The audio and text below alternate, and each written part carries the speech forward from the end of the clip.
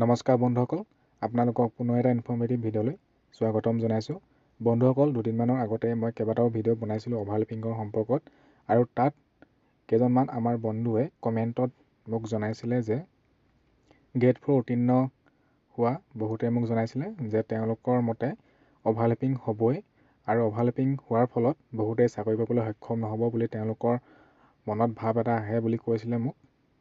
আৰু আমি এই ভিডিঅ'টোত কি ষ্ট্ৰং পইণ্ট আছে যিকেইটা পইণ্টে আপোনালোকৰ যে অভাৰলেপিং নহ'ব বা আপোনালোকৰ গ্ৰেড 4 উত্তীৰ্ণ প্ৰায় সকলোৱে যে চাকৰি পাবলৈ সক্ষম হ'ব সেইকেইটাক ছাপোৰ্ট কৰে, আমি সেইকেইটা পইণ্টৰ বিষয়ে আজি আমি এই ভিডিঅ'টোত আলোচনা কৰিম।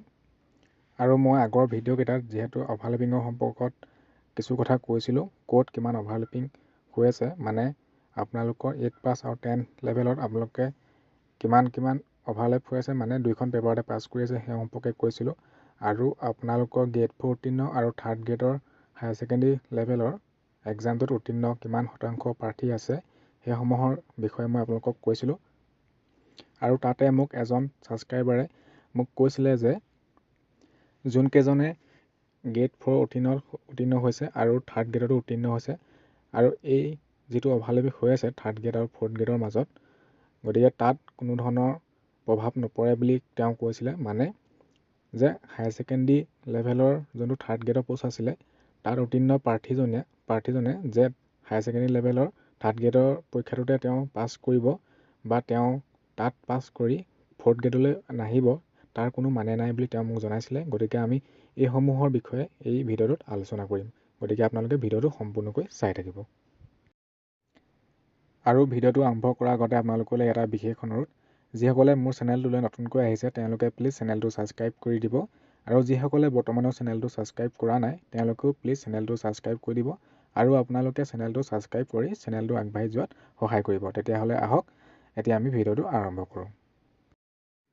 প্ৰথমতে আমি চাই লওঁ যিসকলে হায়াৰ ছেকেণ্ডেৰী লেভেলৰ 3rd গ্ৰেডৰ এক্সামটোত পাছ কৰি থৈছে আৰু তেওঁলোকে ক্লাছ 8 লেভেলৰ যিকোনো এটা এক্সামত পাছ কৰি থৈছে, গতিকে এই যি অভাৰলেপ হৈ আছে এই অভাৰলেপিংটোৱে আপোনালোকৰ গ্ৰেড 4ৰ ফাইনেল মেৰিট লিষ্টত কেনেধৰণে প্ৰভাৱ পেলাব সেইটো প্ৰথমতে আমি চাই লওঁ।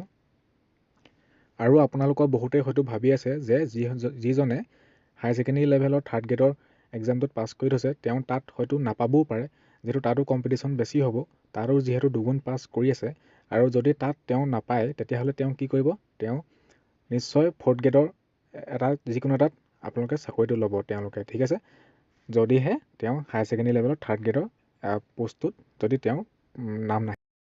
যদি তেওঁ 3rd গ্ৰেডৰ হায়াৰ ছেকেণ্ডেৰী লেভেলৰ এক্সামটোত নাপায় তেওঁ তেতিয়া কি কৰিব, 4th গ্ৰেডৰ যিকোনো এটাত ল'ব। চিম্পুল কথা সেইটো, হয়নে? সেইটো আমি সকলোৱে ধৰিব পাৰিছোঁ। কিন্তু এইখিনিতে এটা চাবলগীয়া দিশ আছে যে হায়াৰ ছেকেণ্ডেৰী লেভেলৰ যোনটো 3rd গ্ৰেডৰ পোষ্ট আছে তাত বহু সংখ্যকে কিন্তু পাছ কৰি আছে। কোনসকলে পাছ কৰিছে? যিসকলে যোনটো গ্ৰেজুৱেশ্যন লেভেলৰ যোনটো 3rd গ্ৰেডৰ পোষ্ট আছিলে সেইটো দিছিলে, ঠিক আছে। আৰু আপোনালোকে চাব বহুতেই যিসকলে গ্ৰেজুৱেশ্যন লেভেলৰ যোনটো 3rd গ্ৰেডৰ পোষ্ট আছিলে তাত পাছ কৰি আছে, আৰু তেওঁলোকৰ বহুতেই কিন্তু হায়াৰ ছেকেণ্ডেৰী লেভেলৰ 3rd গ্ৰেডতো পাছ কৰি আছে, ঠিক আছে। আৰু যিহেতু হায়াৰ ছেকেণ্ডেৰী লেভেলৰ পোষ্টৰ সংখ্যা কিমান আছিলে 3rd গ্ৰেডৰ, যে 2021খন আছিলে পোষ্ট, আৰু আপোনালোকৰ যোনটো গ্ৰেজুৱেশ্যন লেভেলৰ পোষ্ট আছে তাত প্ৰায় 8,000মান পোষ্ট আছে। যদি এজন কেণ্ডিডেটে গ্ৰেজুৱেশ্যনটো পাছ কৰিছে আৰু তেওঁ হায়াৰ ছেকেণ্ডেৰী লেভেলটো পাছ কৰিছে, মানে সেই যোনজন কেণ্ডিডেট সেইজন গ্ৰেজুৱেট হয়, ঠিক আছে। হায়াৰ ছেকেণ্ডেৰী লেভেল অকল হায়াৰ ছেকেণ্ডেৰী পাছ তেওঁ নহয়, তেওঁ হৈছে গ্ৰেজুৱেশ্যন পাছ কৰা, সেইকাৰণে তেওঁ 3rd গ্ৰেডৰ গ্ৰেজুৱেশ্যনটোও দিব পাৰিছিলে, আৰু আপোনালোকৰ হায়াৰ ছেকেণ্ডেৰী লেভেলৰ 3rd গ্ৰেডৰ পোষ্টটো তেওঁলোকে এপ্লাই কৰিছিলে, আৰু তেওঁ দুইটাতে পাছ কৰিলে। তাত দুইটাতে পাছ কৰাৰ ফলত যাৰ অলপ ভাল মাৰ্কছ আছে তেওঁ কোনটো পোষ্ট ল'ব, তেওঁ নিশ্চয় গ্ৰেজুৱেশ্যন লেভেলতো ল'ব, হয়নে? আৰু তেনেকুৱা হ'লে যিহেতু গ্ৰেজুৱেশ্যন থকাসকল আপোনালোকে ক'লৈ যাব, তেওঁলোকে গ্ৰেজুৱেট লেভেলৰ এটা পোষ্ট ল'ব, আৰু তাৰ ফলত কি হ'ব, হায়াৰ ছেকেণ্ডেৰী লেভেলৰ পোষ্টসমূহ খালী হৈ যাব।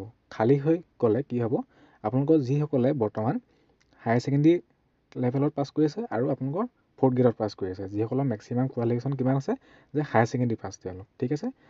তেতিয়া কি হ'ব, সেই যোনজন কেণ্ডিডেট হায়াৰ ছেকেণ্ডেৰী লেভেলটো পাছ কৰি আছে আৰু আপোনালোকৰ 4th গ্ৰেডতো পাছ কৰি আছে, তেওঁৰ কাৰণে সেইটো সুবিধা হ'ব যে মই আপোনালোকৰ হায়াৰ ছেকেণ্ডেৰী লেভেলৰ যোনটো 3rd গ্ৰেডৰ পোষ্ট তাত পাবলৈ তেওঁ সক্ষম হ'ব, ঠিক আছে। যিহেতু গ্ৰেজুৱেশ্যনখিনি গ্ৰেজুৱেট লেভেললৈ যাবগৈ।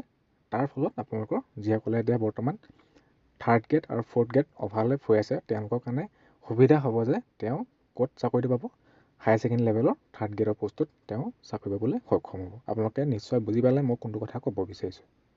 গতিকে আপোনালোকে ধৰি লওক যে যোনটো অভাৰলেপ হৈ আছে কাৰ মাজত, যে ফ'ৰ্থ গ্ৰেড আৰু থাৰ্ড গ্ৰেড পাছ কৰা কেণ্ডিডেটসকলৰ যি অভাৰলেপিং হৈ আছে, আৰু এই অভাৰলেপিংটোৱে আপোনালোকৰ ফাইনেল মেৰিট লিষ্টত এটা গুৰুত্বপূৰ্ণ ডিচাইডিং ফেক্টৰ হ'ব। ঠিক আছে, আপোনালোকে ধৰিব পাৰিলে মই কোনটো কথা ক'ব বিচাৰিছোঁ নিশ্চয়। আৰু যদি আপোনালোকে বুজি নাই পোৱা তেতিয়াহ'লে মোক আপোনালোকে কমেণ্টত জনাব। ঠিক আছে, আৰু যদি এনেকুৱা হয়, আৰু মোৰ মতে নিশ্চয় হ'বই, আৰু তেতিয়া তাৰ ফলত আপোনালোকৰ ফ'ৰ্থ গ্ৰেড পাছ কৰা বহুতে চাকৰিটো পাবলৈ সক্ষম হ'ব। আৰু গতিকে আৰু কি কি আপোনালোকৰ ষ্ট্ৰং পইণ্ট আছে, আৰু এটা আপোনালোকৰ গেম চেঞ্জাৰ এটা পইণ্ট আছে যে অনুপস্থিত আপোনালোকৰ কেণ্ডিডেট যিমানে অনুপস্থিত আছে আপোনালোকৰ সিমানেই আপোনালোকৰ কাৰণে ভাল। এবচেণ্ট কেণ্ডিডেটৰ সংখ্যা প্ৰায় লাগিলে 2-3জনে হওক, কিন্তু সেই 2-3জনৰ অনুপস্থিতিটো আপোনালোকৰ বহুতেই চাকৰিটো পাবলৈ সক্ষম হ'ব। গতিকে আপোনালোকে ইমান চিন্তা কৰি নাথাকিব, প্ৰায়ভাগেই চাকৰিটো পাবলৈ সক্ষম হ'ব। গতিকে আজিৰ ভিডিঅ'টোত মই ইমানখিনি ইনফৰ্মেশ্যন দিলোঁ। যদি আপোনালোকৰ কিবা ক'ব লগা আছে এই ভিডিঅ'টোৰ সম্পৰ্কত আপোনালোকে প্লিজ কমেণ্টত জনাব, আৰু যিসকলে চেনেলটো ছাবস্ক্ৰাইব কৰা নাই তেওঁলোকে প্লিজ চেনেলটো ছাবস্ক্ৰাইব কৰি দিব। চ' আজিলৈ ইমানখিনি আছিলে। Thank U.